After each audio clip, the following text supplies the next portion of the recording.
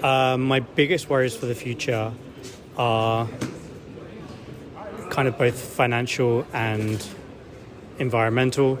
I worry about whether or not I'm going to be working until I'm 80 or 90, if I'm going to be able to retire. My biggest worries for the future are my kids, because us, we are foreigners, so we don't have papers. My biggest worries for the future, I think, is just a lack of security in life. I think just not being able to have somewhere secure to live and to exist comfortably. Welcome to a second season of our podcast SystemShift. As you have just heard, we find ourselves in a point of history where ordinary people in many countries are under intense pressure, including a cost of living crisis that has many of us focusing on our immediate needs. It's this search for survival that is at the heart of our second season, as people find themselves with reduced time, energy and mental space to grapple with the long-term existential threats, such as climate change and biodiversity crisis. We'll be delving into the shadows to reveal the myths and disinformation that cloud our understanding of the current failing economic and financial systems that are driving the exploitation of people and planet.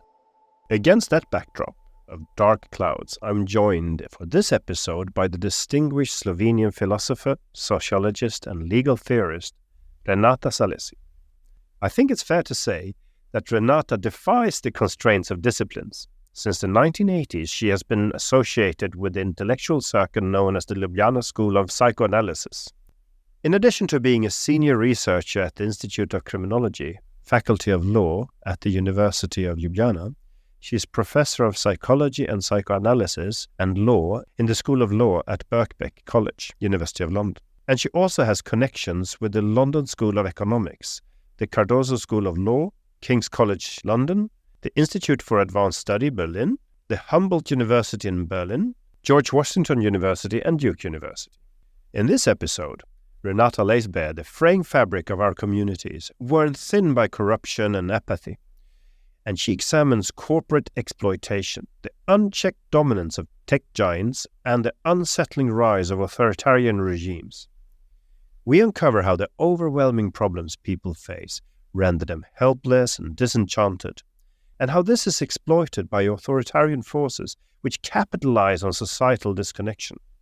We confront the stark realities of corruption, injustice, and the mental health toll perpetuated by capitalist structures, a relentless pursuit of productivity that often culminates in guilt, anxiety, and a lack of empathy amidst cutthroat competition.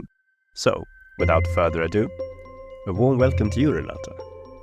Hello, hi. Hi. I was wondering, what have you been up to lately in your work?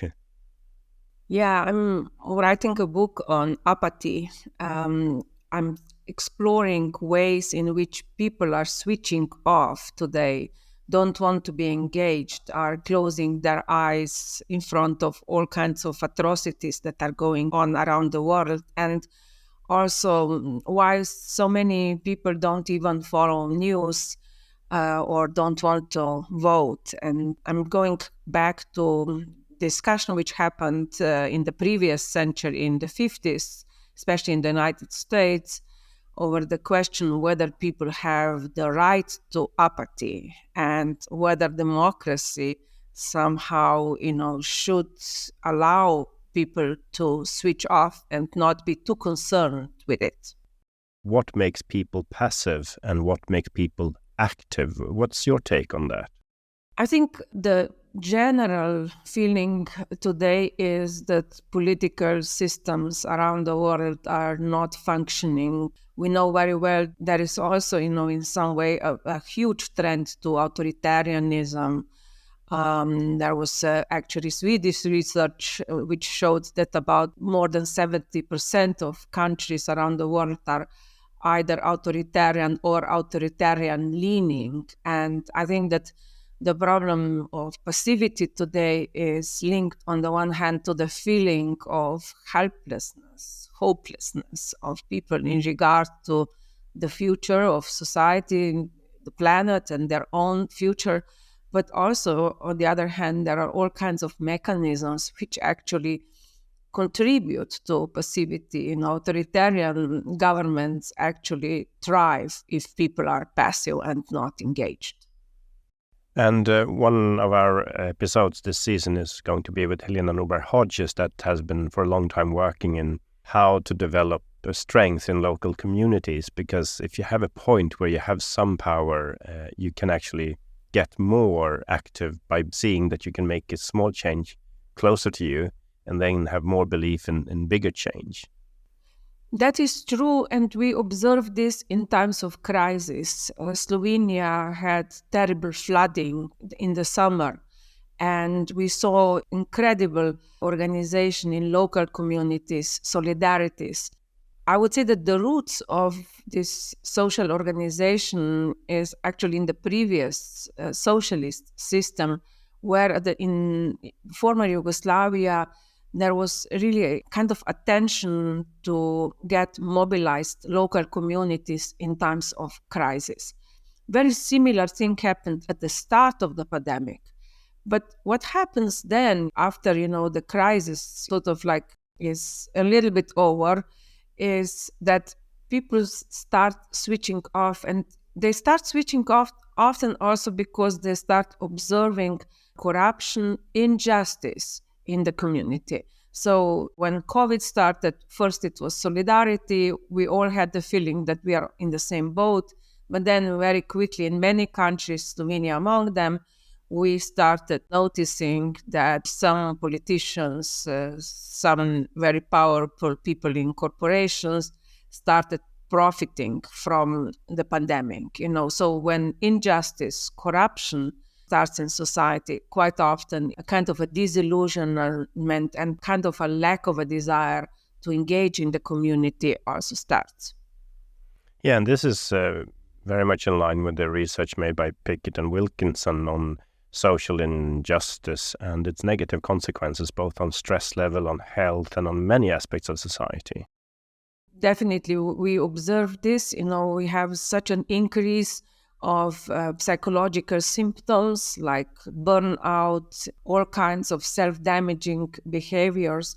So when we analyze the society today, the way capitalism is functioning, we should see the toll that people are paying with their life, with their physical health, and especially with their mental health. So across the world, an increase of anxiety, an increase of helplessness, often, with kind of a type of a depression, which is not necessarily kind of a classical clinical depression, but more depression linked to exhaustion, burnout, which is not necessarily physical exhaustion, but can be kind of psychological exhaustion because of mistreatment, insecurity at the workplace, and quite often because of pointless type of work that a lot of people are engaged with. Beyond the part of work life, what other aspect of capitalism has negative effect that you mentioned?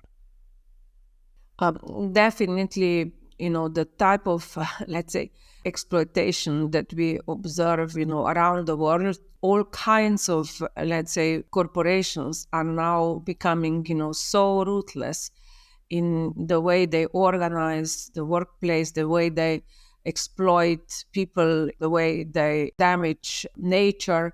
That's definitely one thing. But the other thing is also the problem of new technologies. We hope quite often that new technologies would solve a lot of problems, and they can. So I'm not against new technologies, but what we are observing with the power in the hands of very few companies in the Silicon Valley in regards to the big data, in regards to the surveillance mechanisms that are linked to it, and in regards to the possible control of all aspects of people's lives, that's one of the dangers of capitalism today. So monopolies in regards to AI, big data, the development of new technology, and especially the possibility to manipulate democratic processes. This year, we have more than 40 elections around the world,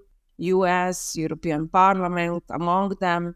And my fear is that we will see much, much more manipulation than we have seen at the time of the scandal with Cambridge Analytica, for example. But the illusion of techno-salvation, that's kind of common in Silicon Valley. This is sometimes also used as a tool to pacify or delay changes of industries that are not adapted for living on this planet within nature's boundaries. So this is not only a consequence, this is sometimes even used as a tool, isn't it?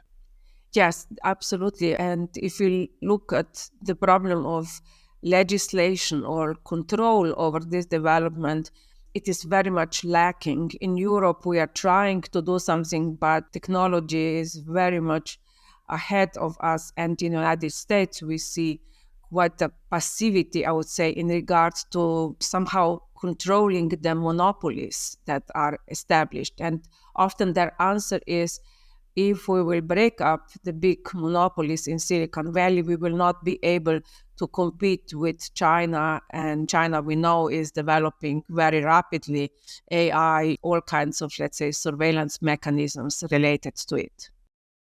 How come we have this focus on technology compared to other solutions?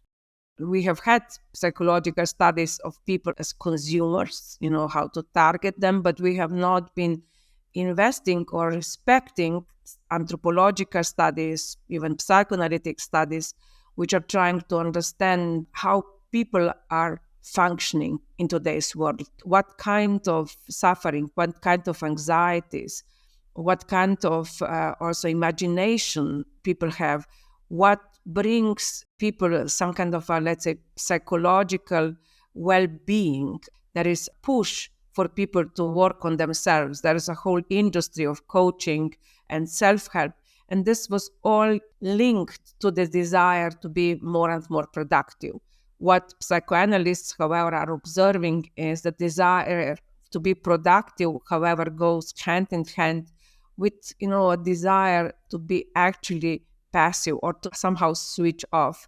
So British psychoanalyst Josh Cohen wrote an interesting book with the title Not Working, where he describes his patients coming to analysis. They are usually successful, hardworking, and all they want to talk is about kind of just the possibility to do nothing, to lie for hours in bed or for a long time just to gaze in the newspaper, not even reading it, maybe kind of focusing on one line in the newspaper and kind of chilling.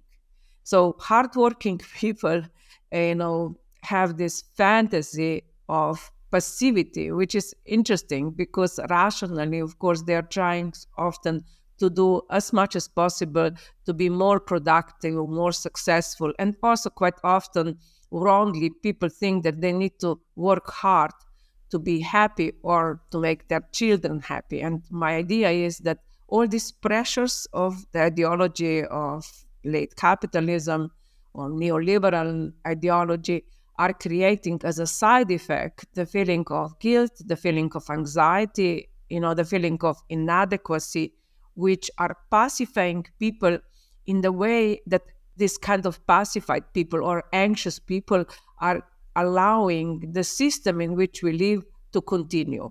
So when you're constantly questioning what you did wrong, which choices you made wrongly, when we are constantly obsessing about your own well-being or, you're thinking whether you are happy or not happy, then, you are much less engaged with the question of social choices or with the question of how to mobilize yourself socially.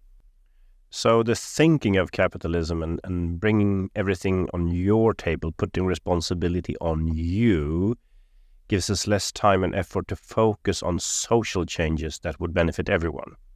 Yeah, and also often you don't observe how limited your choices actually are, how linked they are to the economic situation in which you live, or even, I would say, physical, ecological setting in which you live. If you don't have healthy environment, if you don't have, economic stability and economic means, then your choices are very, very limited.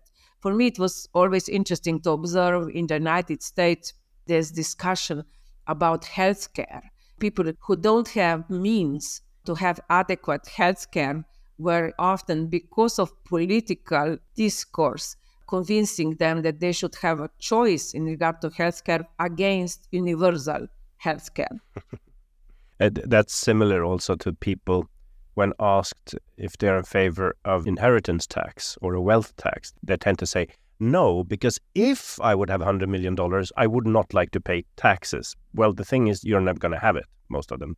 Yeah, that is interesting because some of the studies about anxieties in today's society actually show that people are very much anxiety-ridden, first in regard to losing that little what they have. So not so much kind of seeing the broader picture, but just being, afraid that that little what they have will be gone. And also that they are kind of thinking about the possibility of possibility, which sometimes is linked to some kind of vision that maybe they will still make it, or maybe they will kind of win in the lottery, or maybe their children will become next Silicon Valley billionaires. I remember visiting Chile a couple of times, which is a very neoliberal society. And a few years ago, just before pandemic, I was speaking there with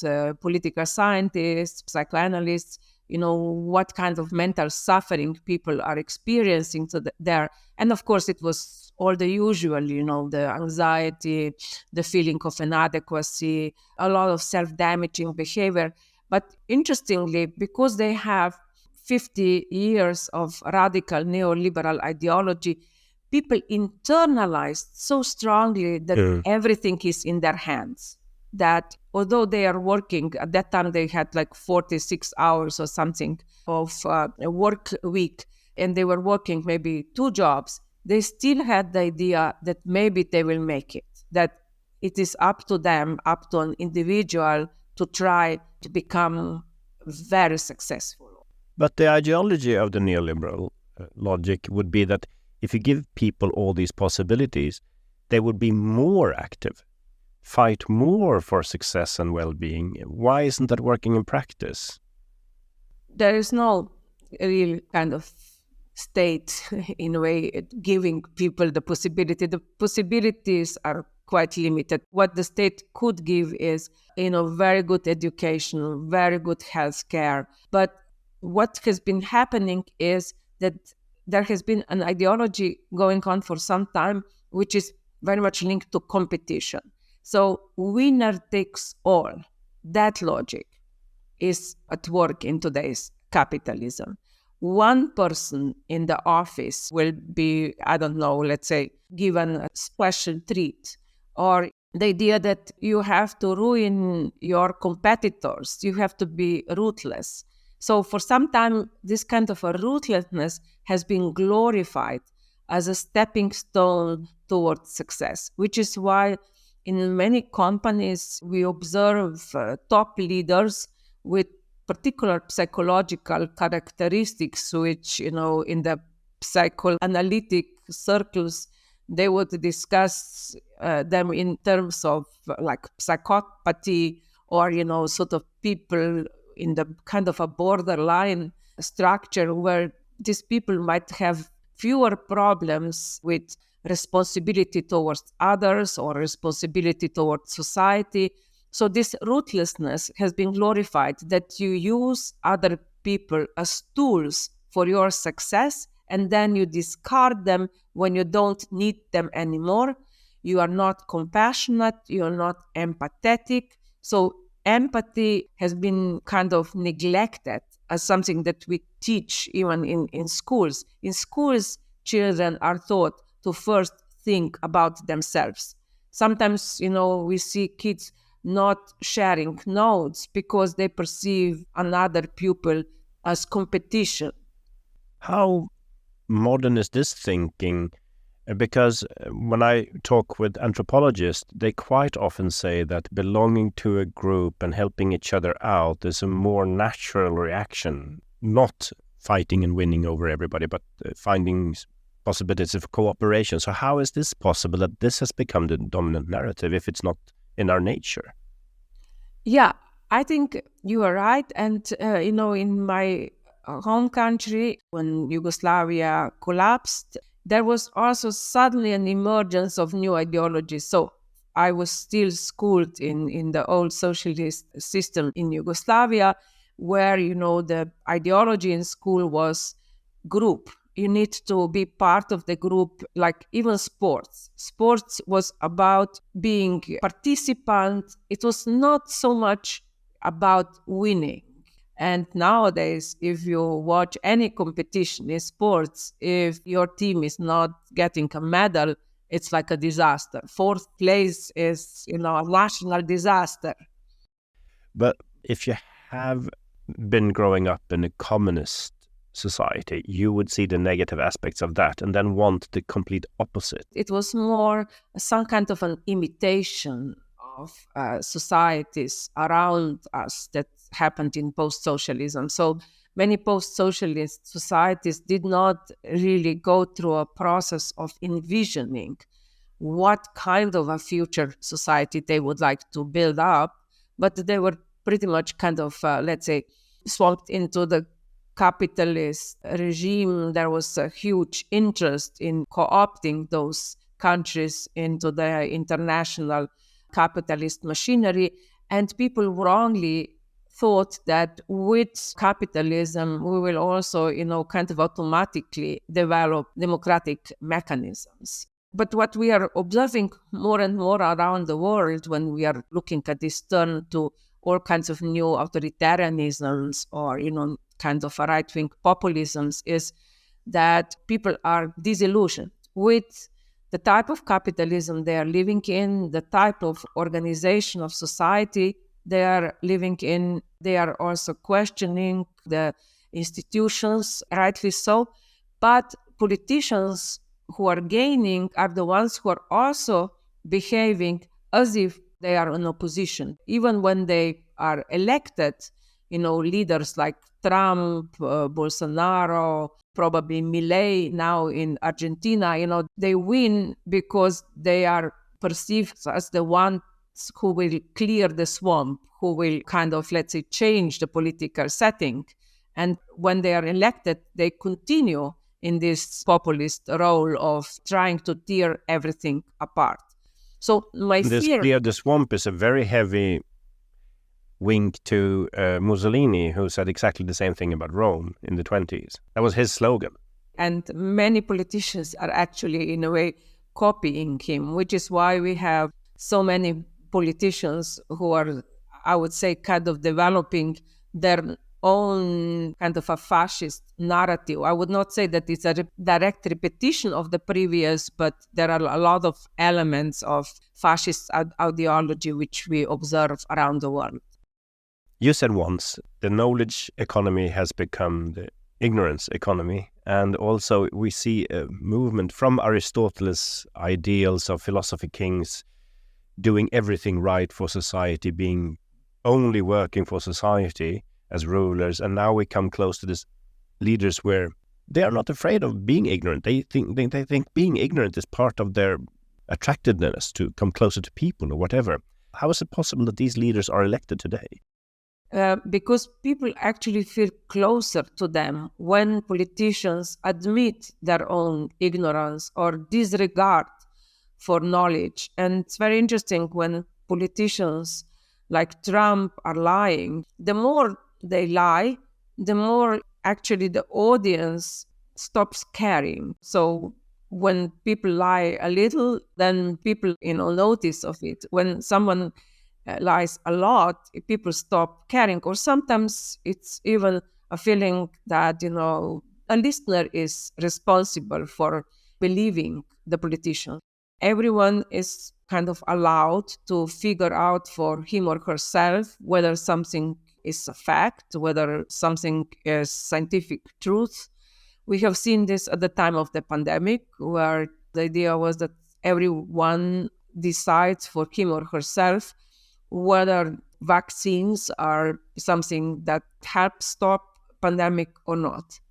And science has been unfortunately losing in society. The discourse of science is very much pushed aside, and when politicians are ignorant in regard to scientific discourse, it's for science very hard to have kind of a power in convincing people about the scientific facts. And I would say that pandemic was also a very important moment where globally we have seen this kind of an ignorance, strategic ignorance, and also structural ignorance at work in the world.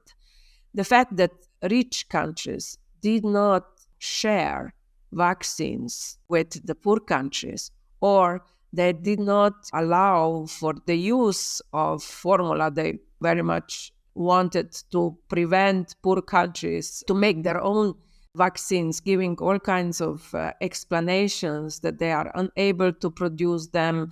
When we see this combination of attack against truth, attack against science by new authoritarian leaders, and this lock-in effect of exaggerated intellectual property rights that actually limit research and development rather than promote it, when we see the combined effect of this, if Hannah Arendt would be alive today, she would probably say, I predicted that this will give rise to totalitarian regimes. First you take away the truth, and then you take away people's belief of the truth, and then you can replace it with a totalitarian ideology.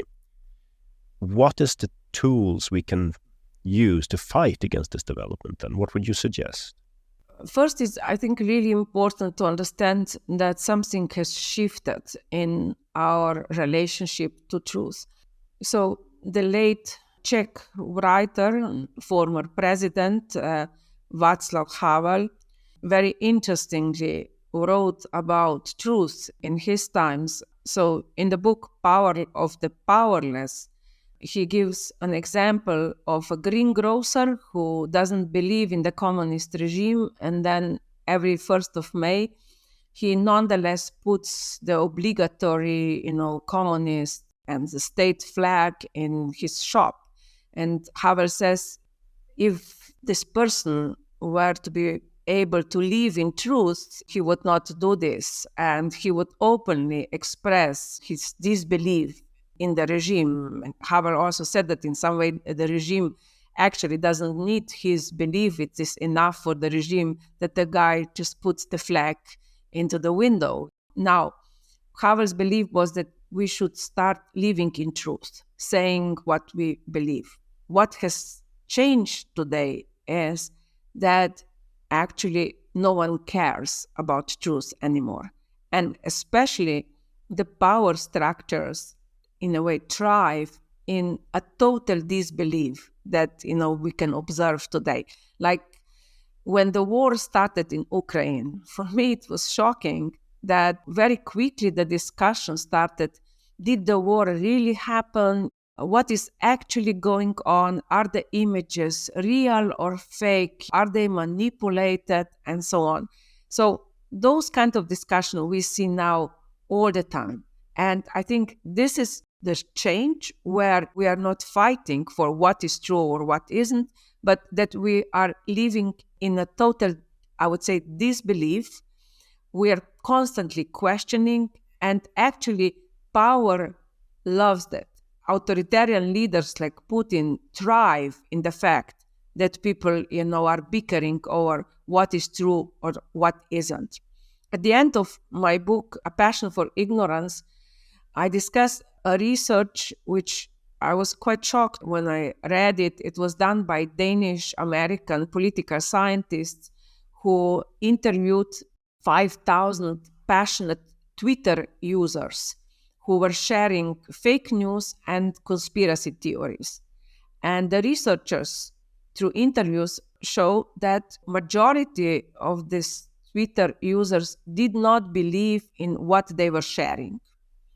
So the question for me was, why are people sharing something they don't believe in? And I think they get two gains. First is they get recognition from their own group through likes, and sharing of those kind of inflammatory posts. And second, they get recognition from the anger of the other group, let's say people who have other political beliefs. When they respond furiously, that's another kind of a recognition. But even more shocking... Supported by the algorithms of the platforms, of course. Absolutely, supported very much by the algorithms. But for me, another shocking part of this research was that about a quarter of those passionate Twitter users actually were hoping for the world in which we live to come to an end. So they were fantasizing about, kind of burning everything down, and a small group would then start anew. So we would have a total collapse of society, some big natural catastrophe. This was just before pandemic. So pandemic, in a way, was almost like a realization of those fantasies. And then there would be like a small group doing a reset of society. But this vision of the end of the world, hasn't that historically been exploited by political leaders and religious leaders to get power? Definitely, but it's interesting to see when, the system starts crumbling, all kinds of mythical thinkings also emerges, which is why I think this goes hand in hand with this. On the one hand, disbelief in facts and truth, and on the other hand, turn to all kinds of let's say, gurus, or creating new types of mythical thinking. So a whole new field of study has developed recently, which is called catastrophe studies, sort of like a study of how the systems, and collapsology is actually the term that in American academia they are using. But then we have some actual developments that scientifically are proven to be a threat to many things we are doing in society today. And that is the biodiversity crisis and the climate crisis. That is an actual real threat to society. Why are they not acting on the actual problem there? Yeah, some are imagining that there will be a second coming of Christ and everything will turn up well for them. Let's say this is the evangelical thinking, very strong now in the United States. And then I would say that you have a kind of a mythical thinking, which psychoanalysts have also analyzed, which is that you do not imagine actually your own death. It's very hard to think that your own life will also end when you are kind of imagining the end of the world. But with the changes that we are observing, what I analyze with my research team at the Institute of Criminology in Ljubljana nowadays is also that, with the catastrophes that we are going through, we are deeply changing society. So my research team is working on kind of permanent states of exceptions that we are living through. From September 11, economic crisis of 2008, migration crisis of 2015-16, and COVID. So those crises have altered society. They have opened the doors for more surveillance and much more, I would say, cruel treatment of others, especially the migration crisis. And also with the pandemic, in many countries, limitations to the right of protest has been established. So we established at the time of crisis a kind of a temporary state of exception, which then becomes in one way or another much more permanent state of exception, or it alters the democratic mechanisms and opens doors for new mechanisms of surveillance. And that's kind of my fear, that crises have been used in the last 20-something years for this reshaping of society in much more anti-democratic, authoritarian-leaning, and of course, surveillance-obsessed society. That is also this thing of showing that you're doing something, even if it's very, very inefficient. But another thing is that I would like to ask you about, that you have been researching, is also the tyranny of choice. I remember a quote from Albert Camus that says, "Shall I kill myself or shall I have a cup of coffee?" And it was, of course, ironic. But when we talk about these choices that leaders do all the time, and the neoliberalism that makes everything to a personal choice, and the amount of time we spent doing personal choices, is it possible that this is exploited by leaders in order to give us less time and energy and effort to engage in social change and politics and democracy? Definitely, psychologists know very well that when we have far too many choices, even as consumers, to make, we at the end might actually not choose anything. Like if you have 10 objects in the shop, you might choose one, but if you have 100 options, you might be so pacified, that at the end you will exit the shop without buying anything, and you will be overwhelmed in making more choices. And of course, there is also quite interesting research about consumer choices, which shows that a lot of people who already make consumer choice, like buy a car, after they made the choice, spent a lot of time looking at reviews or magazines about this particular object they chose, just to convince themselves that they have made the right choice. So, after buying a car, they will spend even more hours reading about the car, just so that they feel that they have done it okay. And we are very much influenced by what others are choosing. Like when we go to a restaurant, we don't know what to choose on the menu. And then quite often we ask our friends, what are you choosing? Or we ask the waiter, what do you suggest? Even those banal choices, you see how social they are. And the next important thing is that there are unconscious mechanisms which are kind of pushing us to make one choice or another, and where rationally, we might not be aware of this push, which is why quite often, no matter how long you will think, you will be dissatisfied, which, capitalism relies on. So the fact that we are constantly dissatisfied, that we are constantly thinking, what do I want? What do others want? What might be the right choice? Is what makes us actually human. It's kind of a, let's say, permanent dissatisfaction, so we shouldn't think that making better choice will bring us more happiness, but it might make us, let's say, more anxious and less prone to think about global social issues, which I think where choice should really focus about. What do we want? Where are we going? Even people working in AI now are realizing that we need to involve social scientists, anthropologists, psychologists to sort of figure out what might be the values of society, what might be sort of, let's say, the values that ChatGPT should in some way promote with its algorithms, and what should be sort of, let's say, the future vision of society that we are trying to build with the help of new technologies. And let's see how long we are in control. Fred Hirsch said, the tyranny of small choices. Like it takes so much time and effort to do all these small choices. Exactly. In my last book on ignorance, I call that IKEAization of society.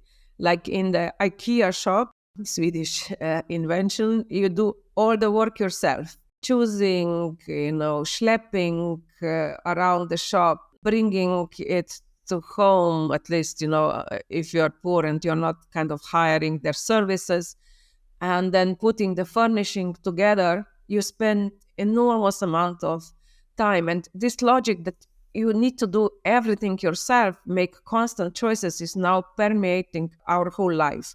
Buying, a ticket. It used to be in the past, you went to a travel agent. Okay, you can still do it, but majority of people are searching for hours for the hotel and train tickets and pension fund. We're wasting so much time nowadays and actually very much working hard on this often quite banal choices. But what is then happening is the feeling of responsibility when it comes to major things, like what I mentioned before, the pandemic, is vast. So a lot of people did not vaccinate themselves because of this feeling of anxiety in regards to the choice that they need to make.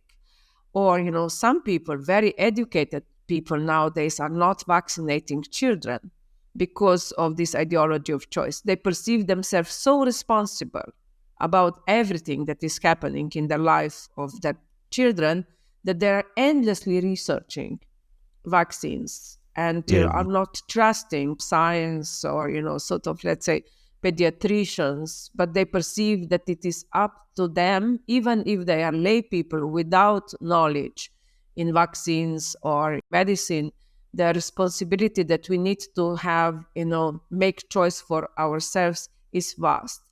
And this shifting of responsibility, this is nothing new. I mean, already Kierkegaard, the Danish philosopher, said the possibility of the possibilities gives us anxiety. So how come this has been aggravated with today's system then? What has changed? Capitalism really thrives and sort of constantly make us feel that we can gain more profit personally, that we can, improve our lives, that there is some kind of an ideal of happiness, being content, and so on. And I think that capitalism really succeeded in creating much more misery with these new imperatives. So the possibility became much more vast. And of course, we also have had enormous successes, economic successes of a very, very small group of people, less than 1% nowadays, 0.1%. And when you observe these enormous successes, which came out of creating an app or having some kind of a brilliant idea, this fantasy of possibility became even stronger. And so, if we want to vaccinate us against the negative impact of possibilities and choice, what advice would you give people who want to spend more time on changing society and not spend their whole life making minuscule choices in their own lives? I would say the belief in the ideology of happiness is really pointless. You should kind of stop striving to kind of create this kind of, let's say, happy outcome in your life. There are far too many unpredictable things, and happiness is fleeting. It might be temporarily, but it cannot be a goal neither for us nor for children. We need to think beyond ourselves. We need to sort of overcome this extreme individualism in the type of crisis we are living, especially with climate change, with the inequalities. It is very important to engage and fight for democracy, go back to even thinking about human rights.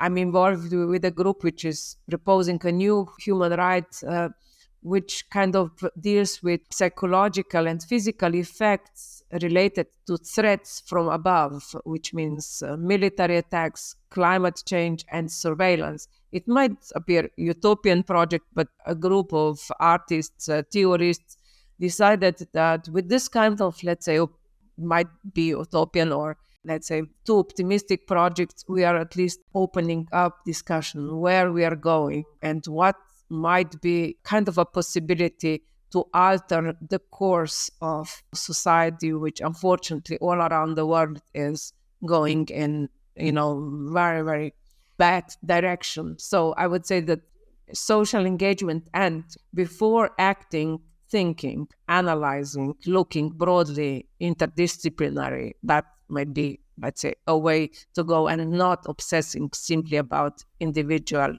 consumer choices.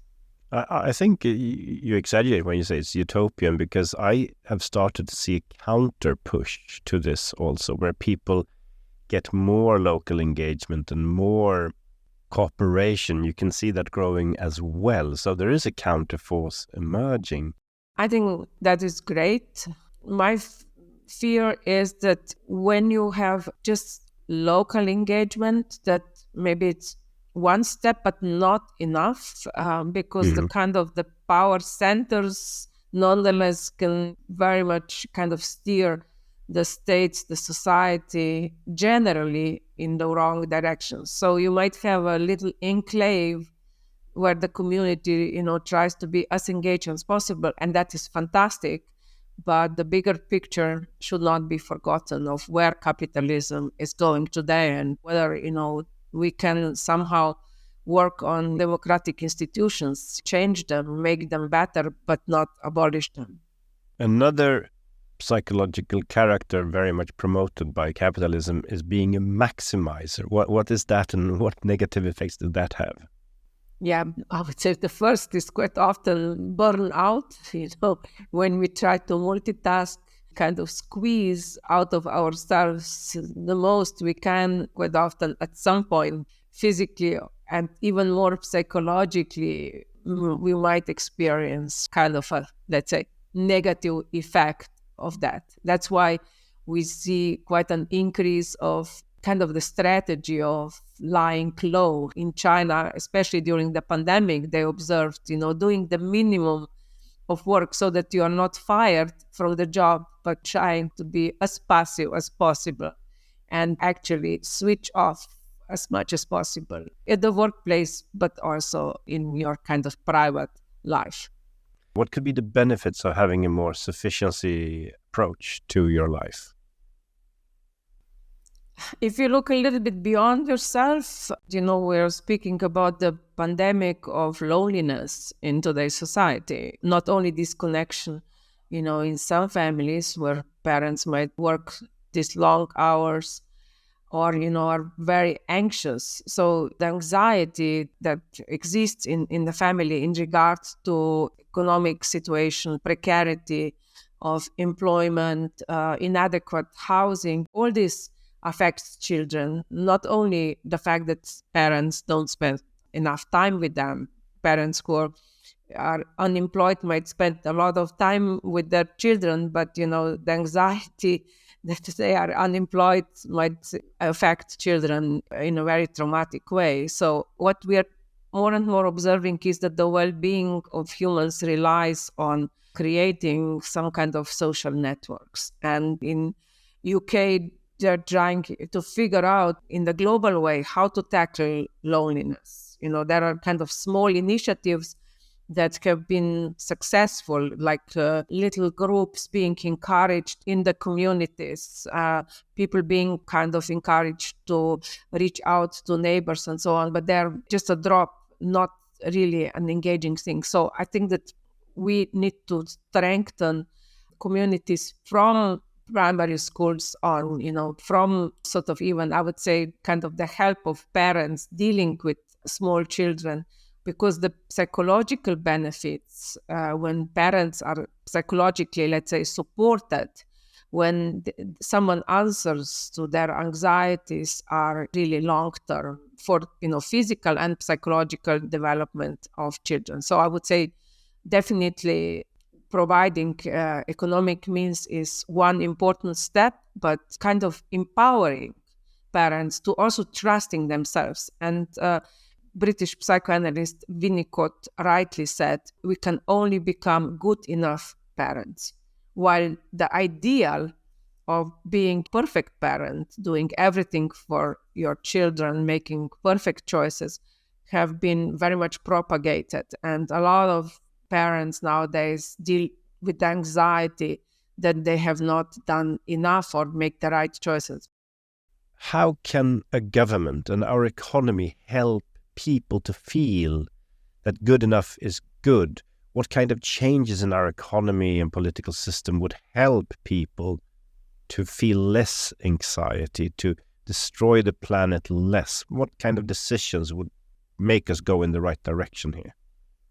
Yeah, we are now entering the whole debate of whether the capitalism in which we are living is here to stay. Can we envision a different type of organization of society? Can we envision a less profit-driven economy? I think we are really entering very important political and economical discussions to this, to which I think we need to find answers. Unfortunately, so far, we have been neglecting globally the idea of kind of rethinking the economic development that we are, sort of encouraging today. And unfortunately, also, we don't have many politicians who are visionaries. It's very difficult today to find politicians who are thinking decades ahead. Unfortunately, the political game became so dirty that often those who go into politics are the ones who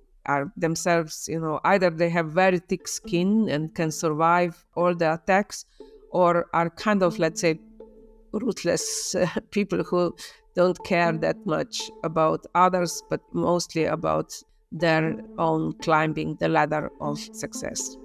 Thanks a lot for that, and thanks for this nice talk. Thank you.